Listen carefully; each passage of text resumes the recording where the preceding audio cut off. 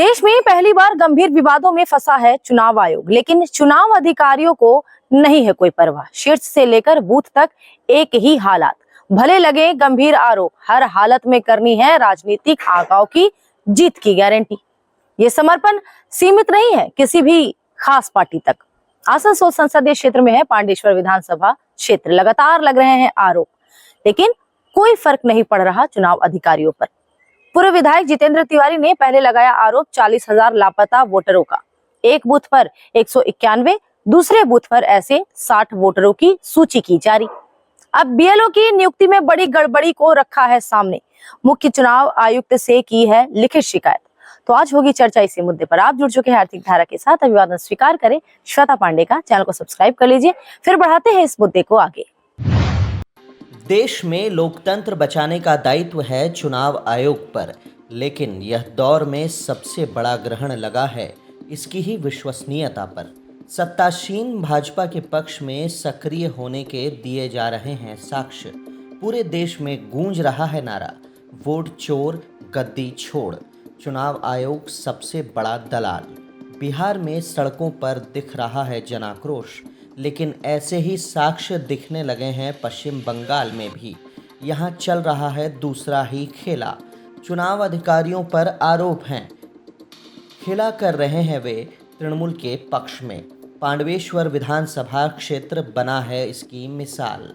भाजपा के पूर्व विधायक जितेंद्र तिवारी खोल रहे हैं पोल, लगातार नए कर रहे हैं खुलासे।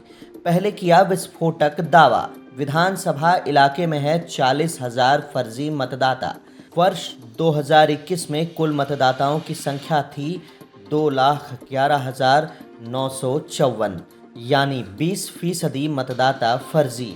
फिर जारी किए तथ्य, बूथ संख्या में 65 में 191 लापता मतदाता, नाम के साथ लिस्ट किया जारी। इसके बाद बूथ संख्या 111 का किया खुलासा। 60 वोटरों के नाम हुए जारी, जिनका नहीं मिल रहा है कोई भी ठिकाना। अब उससे भी बड़ा खुलासा किया है जितेंद्र ने। विधानसभा में है 239 बूथ। मतदाता सूची संशोधन के लिए नियुक्त किए गए हैं 239 बूथ लेवल ऑफिसर, यानी बीएलओ। चुनाव आयोग के ज़मीनी अधिकारी होते हैं बीएलओ। नियुक्ति के बारे में है चुनाव आयोग का साफ निर्देश। बीएलओ को संबंधित बूथ का होना होगा मतदाता, ताकि शिनाख्त कर सके सही मतदाताओं का। देखें चुनाव आयोग के निर्देश को।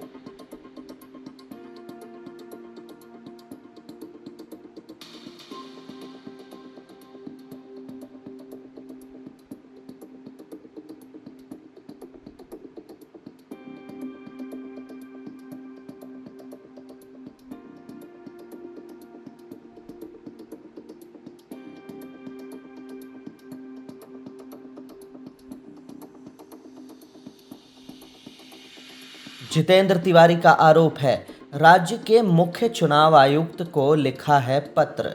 239 में से 103 बीएलओ नियुक्त किए गए हैं नियमों के विरुद्ध।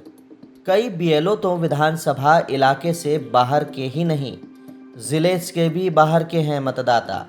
दावे के अनुसार 2 बीएलओ रानीगंज असेंबली क्षेत्र के, 2 बीएलओ जामुड़िया असेंबली इलाके से, 2 बीएलओ दुर्गापुर पूर्व असेंबली क्षेत्र के, 6 बीएलओ दुर्गापुर पश्चिम असेंबली क्षेत्र के, 1 बीएलओ वीरभूम जिले के दुबराजपुर असेंबली इलाके का, 1 बीएलओ हावड़ा दक्षिण असेंबली क्षेत्र का, 3 बीएलओ बांकुड़ा का, तो 3 बीएलओ पूर्व बर्धमान जिले का।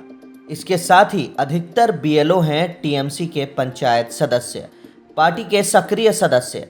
केंद्र और राज्य सरकार के ग्रुप सी के कर्मी हैं उपलब्ध, लेकिन बीएलओ बन रही आंगनवाड़ी वर्कर। है ना यह गंभीर गड़बड़ी और साजिश? आखिर क्या हो गया है चुनाव आयोग को? क्यों हो रही है इतने बड़े पैमाने पर गड़बड़ी? आरोप है जितेंद्र तिवारी का कि टीएमसी के विधायक नरेंद्र नाथ चक्रवर्ती की जीत के लिए हो रही साजिश। आखिर क्यों नरेन की हाथों की कठपुतली बने हैं चुनाव अधिकारी? क्या देश और लोकतंत्र के प्रति नहीं है उनका कोई दायित्व? सुनिए क्या कहते हैं जितेंद्र तिवारी। विधानसभा में 239 बूथ हैं। इस 239 बूथों में इलेक्शन कमीशन के द्वारा जहां BLO की नियुक्ति हुई है, उनके तथ्यों को देखकर हम लोगों को पता चला है कि 103 बूथ ऐसे हैं जहां ऐसे लोगों को चुनाव के काम में नियुक्त किया गया है जो उस बूथ के वोटर ही नहीं है, जो कि इलेक्शन कमीशन का जो नियम है उससे अलग ये काम कर रहे हैं।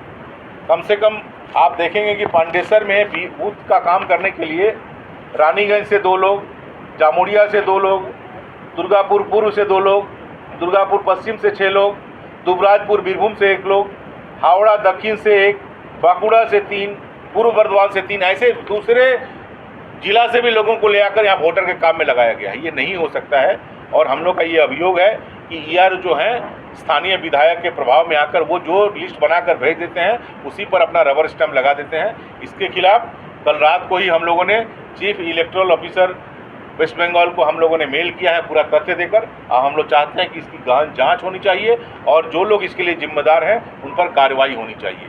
इलेक्शन कमीशन के गाइडलाइन को बिना माने हुए पांडेसर में चुनाव हम लोग नहीं होने देंगे। पांडेसर में चुनाव करना है, पूरे बंगाल में चुनाव करना है, आसनसोल में चुनाव करना है तो इलेक्शन कमीशन ऑफ इंडिया समय समय पर जो गाइडलाइन देती है उसे मानना पड़ेगा। আগে আসানসোল উত্তর বিধানসভার আমরা একজন যে ক্যান্ডিডেট ছিল, কর্পোরেশন যে ক্যান্ডিডেট ছিল তাকে BLO করেছিল, সেটা আমরা তুলে ধরেছিলাম, তার 48 ঘন্টার মধ্যে তাকে সরানো। সব জায়গায় এটা চলছে। ওরা ভাবছে যে বিজেপি খবর পাবে না, ওরা জানতে পারবে না। বিজেপি যারা করে তারা উপরে উপরে, তা না, বিজেপি যারা করে তারা সবাই স্করপিওতে ঘোরে না, তারা মাটি ডাঙায় গিয়ে ঘুরে, মাঠে গিয়ে ঘুরে, মাঠে ঘাটের খবর বিজেপি কর্মী রাখে। আর তৃণমূল কংগ্রেসের লোকরা ছাদের উপর বসে আছে, তার নিচে কিছু দেখতে পাচ্ছে না। তারা ভাবছে যেটা করে দেবে সেটাই মান। এটা তো তৃণমূল কংগ্রেসের আন্ডারে নয়। এই তারা ভেবেছিল যে আমরা যেটা বলবো সেটা মানতে বাধ্য, কিন্তু এখন এই যে আধিকারিকরা তারা ইলেকশন কমিশনের আন্ডারে, তারা ইলেকশন কমিশনের গাইডলাইন যদি না মানে তাদের চাকরি যাবে, তাদের বিরুদ্ধে FIR হবে, তারা সাসপেন্ড হবে, তাদের PF আটকে যাবে, তাদের গ্র্যাচুইটি আটকে যাবে। এটা তাদেরকে মাথায় রাখতে হবে। পাণ্ডবেশ্বরে আর কিন্তু আমরা ছেড়ে কথা বলবো না। तो क्या ये गड़बड़ी सीमित है एक विधानसभा क्षेत्र तक या पूरे पश्चिम बंगाल में चल रहा है यही खेला? क्या राज्य में सबसे ज्यादा जरूरी है SIR? ये सवाल तब और भी अधिक महत्वपूर्ण हो जाता है जब विधानसभा में मुख्यमंत्री ममता बनर्जी लगाती है नारे मोदी चोर, शाह चोर, वोट चोर, गद्दी छोड़। इस वीडियो में इतना ही। मौजूदा माहौल में आप क्या सोचते हैं कमेंट बॉक्स में कराएं अवगत और हर अपडेट के लिए जुड़े रहें आर्थिक धारा के साथ, क्योंकि हम जुड़े हैं अपनी माटी अपनी थाती से। ये वीडियो अच्छी लगी हो तो इस वीडियो को लाइक करें, लोगों के साथ वीडियो को शेयर करें। YouTube पर देख रहे हैं, नए हैं तो चैनल को सब्सक्राइब कर लीजिए, बेल आइकॉन प्रेस कर लीजिए और अगर Facebook पर देख रहे हैं तो पेज को फॉलो कर लीजिए। फिर होगी मुलाकात। नमस्कार।